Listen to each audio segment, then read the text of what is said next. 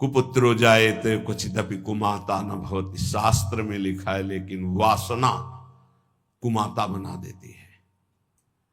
एक घटना, बड़ा धनी परिवार, जरूर ध्यान से सुनना।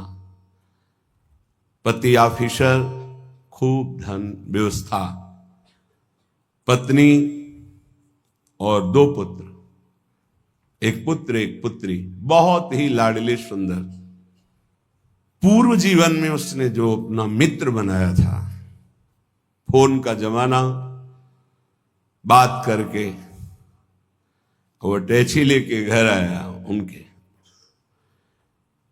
उनकी नजदीक ही कोई नौकरी थी जिसमें वो शाम के घर आ जाते थे। देखा घर में कौन है, कहा हमारा कजन है, भाई लगता है। उठ के उसने,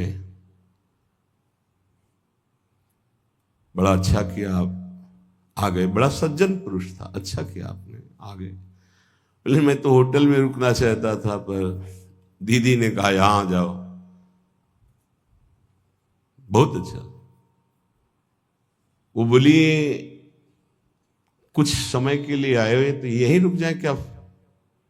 हाँ हाँ कोई बात नहीं, होटल से अच्छा है यहाँ रुके, जब कजन है आपके। वो नहीं जानता है, और वो कहते हैं हमारा भाई, और वो कहते हैं हमारी दीदी। बच्चे मामा कहने लगे। एक दिन बच्चे अचानक कमरे में गए और देखा कि दोनों की स्थिति, भागे। वो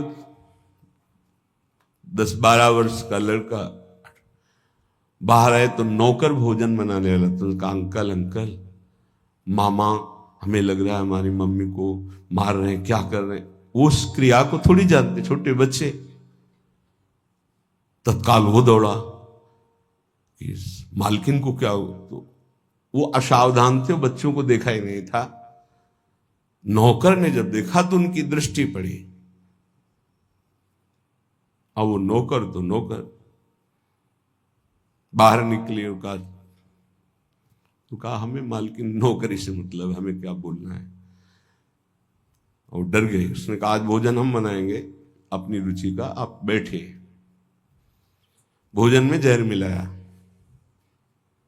मीठा जहर। पहले से होगी व्यवस्था कुछ ऐसा, जैसा विधान। दोनों बच्चे बेहोश हो गए, इतना कम जहर दिया। और नौकर को थोड़ा ज्यादा दिया, मरा नहीं पर वो मरणासन में पड़ा था। अब उन्होंने कहा पहले पुत्र और पुत्री को, छोटा सा पहाड़ था, वहां तक गाड़ी जाती थी, गाड़ी चला के स्वयं गए। उनका मित्र जो भाई बनकर आए, दोनों को उठा के बच्चों को जमीन वहां से पटक दिया कि अगर जो बचे हों जहर से वो। लौट के आए, नौकर बेहोश पड़ा था, इतने में वो आ गया पति। अब नाटक शुरू, क्योंकि सीसी कैमरा लगा था। पति खूब रोना, दरवाजा क्या हो गया, ये बेहोशी का नाटक कर रहा है, बच्चों को गायब कर दिया हमने, जब बहुत पूछा तो बेहोश होकर गिर गया, नाटक कर रहा है, इसने हमारे बच्चों को गायब कर दिया। तुरंत पुलिस को फोन किया, पुलिस आई, उसकी चेक करवाई तो बेहोश। उनका नाटक तो नहीं, तो बेहोश है। डॉक्टर ने चेक किया कि इसमें जहर खवाया गया इसको। अब वो तो पूरा, उसको इंजेक्शन लगाया गया, थोड़ा होश आया। भारी पिटाई उसकी हुई नौकर की। कहाँ है लड़के? उनका मालिक साहब हमें पता ही नहीं, हमको तो भोजन किसने बनाया? मालकिन ने बनाया। ये पिटाई वहां उसकी हो रही थी, जब उसने कहा मालकिन ने, तो दिमाग उनका खटका, भागे वहां। तो वहां पति को कुर्सी में बांध करके दोनों मिल करके खूब डट के उनकी पिटाई कर रहे थे। और अंतिम था कि उनका उतने में वो, अब अगर वो नहीं खोलते तो 1 मिनट में दरवाजा तोड़ दिया जाए, खोले। अब तो कुछ था नहीं, सब पूरी बात फाइनल में हो गई। जब थप्पड़ के आगे किसकी रुकती हुई, पूरी बात। क्यों मारा बच्चों को? मार दिया, वहां से फेंक दिया। ये कौन है? तो बॉयफ्रेंड पहले। इसीलिए हम बार बार एकांतिक में सत्संग में कहते हैं ये बॉयफ्रेंड गर्लफ्रेंड तुम्हारे जीवन का बहुत बड़ा नाशकारी। ये कौन माता ऐसा चाहेगी अपने लाडले पुत्रों की हत्या, लेकिन काम वासना ऐसा खेल कर दे। सैकड़ों ऐसे उदाहरण संसार में फैले जो पावन पवित्र संबंध है उनका नाश। मेजर साहब छुट्टी में आते थे तो पहले सूचना दे देते थे। सामने एक मिठाई की दुकान थी जो उसका मालिक था नवयुवक, उसका संबंध। अचानक वो बिना कुछ सूचना दिए गेटमैन साहब अंदर नहीं जा सकते। पागल हो तुम, मेरा बंगला मेरा परिवार, मैं अंदर नहीं जा। वो मालकिन का हुक्म है कि मेरे आज्ञा उसको दबका है। मेरा मकान मेरे को कैसे तू रोक रहा है? बोले मालकिन ने कहा तो कोई ना आने पावे। फौरन अंदर गए तो मिल गए वो। और तो मेजर तो पिटाई शुरू की। पत्नी को पीट रहे थे, इतने में उसने उनको कवर किया। पत्नी ने राधे राधे। वहीं अंदर जो फूलों का, बंगले में तो सारी व्यवस्था थी मेजर, वहीं बंगले के अंदर ही। अब छुट्टी का समय खत्म हुआ, उनके यहाँ फोन आया, तुम्हारे यहाँ उनको बात करवा, बिना अनुमति के इतने दिन हो गए, छुट्टी के ऊपर आए क्यों नहीं? कहा यहां तो आए ही नहीं। ऐसा कैसे हो सकता है? मेजर एक अच्छी पदवी होती है यार, ऐसा कैसे हो सकता है? वो तो छुट्टी लेके घर के लिए गए, पूरा फोर्स उधर का गिरा करके। उन लोगों की अलग प्रणाली होती है। गेटमैन की जो धुलाई शुरू की, आए थे? हाँ साहब आए थे। तारीख समय पूरा, हाँ साहब इतने से निकले नहीं, जिस दिन से अंदर गए निकले। आप कहाँ है? आखिरी कहाँ है मतलब पिटाई के बाद आखिरी। मेजर साहब की हालत शरीर की भी नष्ट हो चुकी थी, जो गाड़ दिया गया था। क्या है? पत्नी का संबंध। एक दिन सुनाया था, पत्नी को आग डाल के जला दिया था, पति का संबंध। माता पिता को अनाथालय में ऐसे पुत्र का संबंध। माता पिता अपने पुत्र को, अभी सुना, ये सब क्या है? काम क्रोध लोभ मोह मद मत्सर के वशीभूत होकर इन संबंधों में कोई प्यार रह गया है? पति पत्नी में विश्वास नहीं, माता पुत्र में विश्वास नहीं। कितनी घटनाएं इतनी हैं।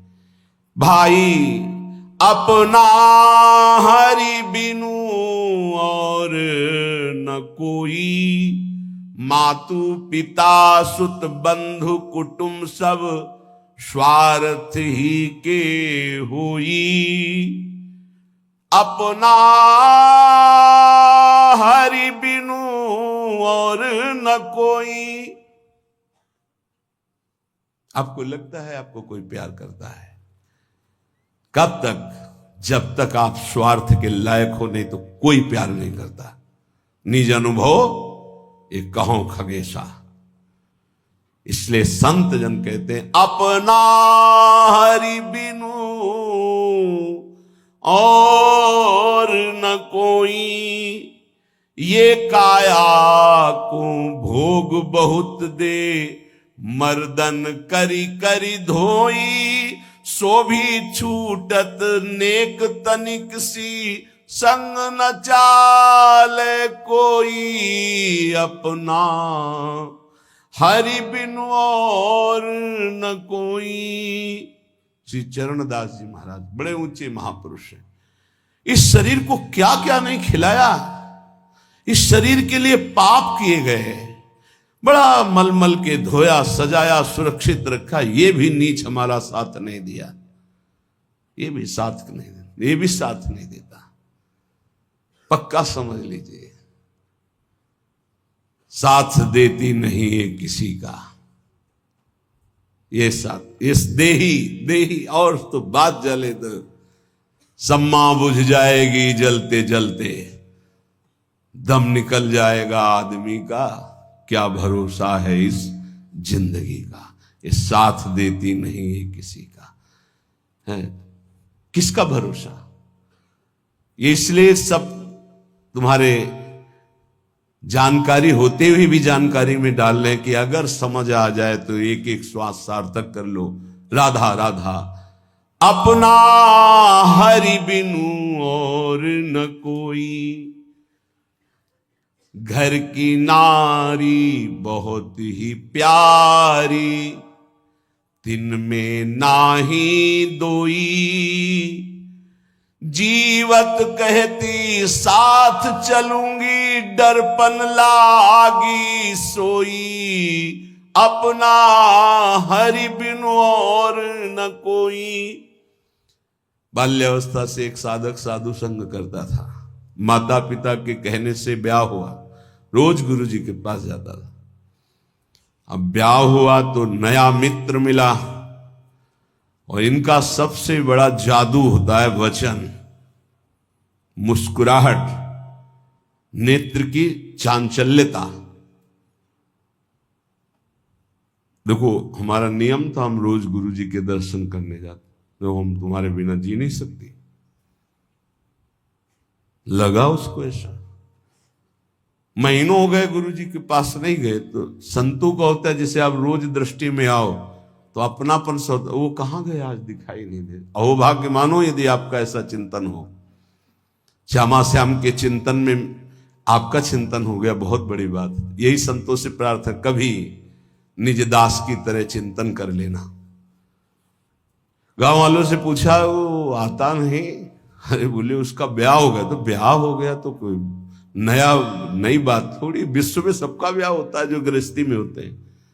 जाके कहना कि तुम्हारे गुरुजी याद कर रहे हैं। जब कहा तब पत्नी से बस अभी आया, और मैं, यार तुम आए नहीं बहुत समय से। महाराज जी ब्याह हो गया है। लो 10-5 दिन ब्याह किया, तो महीनों हो गए तुम आए नहीं। महाराज जी वो बहुत प्यार करती, कहती मैं आपके बिना जी नहीं सकती। हाँ पति पत्नी का भाव तो ऐसा ही होता है, लेकिन ऐसा नहीं बच्चा, सब जी सकते हैं, सब जी सकते हैं। उनका गुरु जी आज तक आपकी सब बात मानी, ये बात नहीं मानेंगे। वो कह रही आपके बिना नहीं जी सकते, तुम हमारी जिंदगी हो, तुम हमारी श्वासें हो, तुम नहीं तो हम नहीं। बोले नहीं बेटा ऐसी बात तो नहीं है। बोले गुरु जी हमें अब आपकी बात पर अविश्वास होता है। हाँ माया का जाल ऐसा ही कि गुरु की बात पर अविश्वास होगा और माया की बात पर विश्वास होगा। तुम्हें आसन का ज्ञान है जो हमने कराया? बोले हाँ है।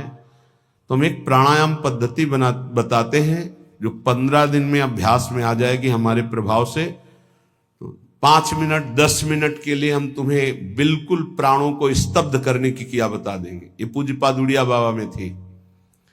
ऐसे बैठ गए तो डॉक्टरों से जांच करा लो, प्राण है ही नहीं। नेत्र ज्यों के त्यों खुले जैसे मृत शरीर के नेत्र, कहीं भी नाड़ी धड़कती नहीं मिलेगी, ना दिल, समाधि में स्थित। और वो संकल्पित होती कि 8 घंटा 10 घंटा, इसके बाद वो अपने आप प्राण धड़कने लगेंगे, नाड़ी चलने लगेगी। उन्होंने 5-10 मिनट के लिए, केवल इतने के लिए, और हमारे प्रताप से तुम्हारी श्रवण इंद्री सब सुनती रहेगी। 15 दिन आओ, आ जाएंगे गुरु जी। अब 15 दिन जब रोज जाने की बात हुई तो वहां रोना पीटना। उन्होंने कहा बस 15 दिन की बात है, गुरु जी की सेवा की बात है, 15 दिन में, फिर इसके बाद हम कभी नहीं जाएंगे। चलो भाई धीरे से। संतों के पास दूसरा कोई जाए तो भले सतोगुणी भाव हो तो बड़ाई करे, संग करते पड़े, अपना लड़का जाने लगे फिर नहीं सुनाई देगा। माया का बड़ा विचित्र खेल। अब वो 15 दिन में अभ्यस्त हो गया। वहां अपने सामने करवा के देखा, 10 मिनट बिल्कुल निष्पंद प्राण। संकल्प में बहुत शक्ति होती है। बोले जाओ, जाके दरवाजे, मेन दरवाजे पर प्राण स्तंभ मंत्र द्वारा करके, बकाया हम आएंगे, प्राण संचलित करेंगे संकल्प के द्वारा, और तुम्हें सुनाई देगा। वो गए, का पद्मासन नहीं लगाना, पैर फैला लेना, दरवाजे के ऐसे ओट ले लेना, पैर फैला, आराम मुद्रा, और उसमें ये मंत्र पढ़ना और प्राण संकल्पित करना। जितने मिनट के लिए हमने कहा बस इतने में हम आ जाएंगे। गया, श्वास रोकी, मंत्र पढ़ा, संकल्पित हुआ, नाड़ी चलना बंद, प्राण स्पंदन बंद, बस श्रवणेंद्रिय से सुनाई दे रहा है। पहले बहुत ऐसे महापुरुष होते थे, 6 महीना के लिए मिट्टी में समाधि ले ली, संकल्पित 6 महीना प्राणवायु ही नहीं चलेगी।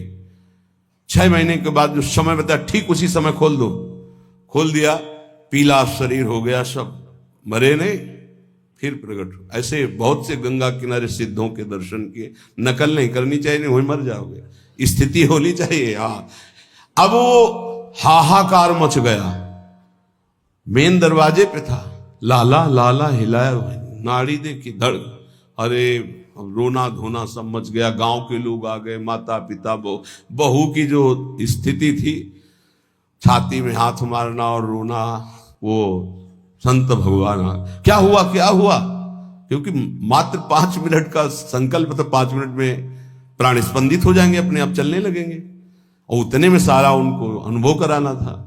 क्या हुआ क्या, अरे महाराज माता पिता रो के, देखो महाराज ये आपका चेला, और ऐसा कैसे हो सकता है, अभी तो बेचारे का ब्याह हुआ था, अभी कैसे जा सकता है। नजदीक गए, सबसे ज्यादा प्यार कौन करता है इनको, पत्नी ने कहा मैं।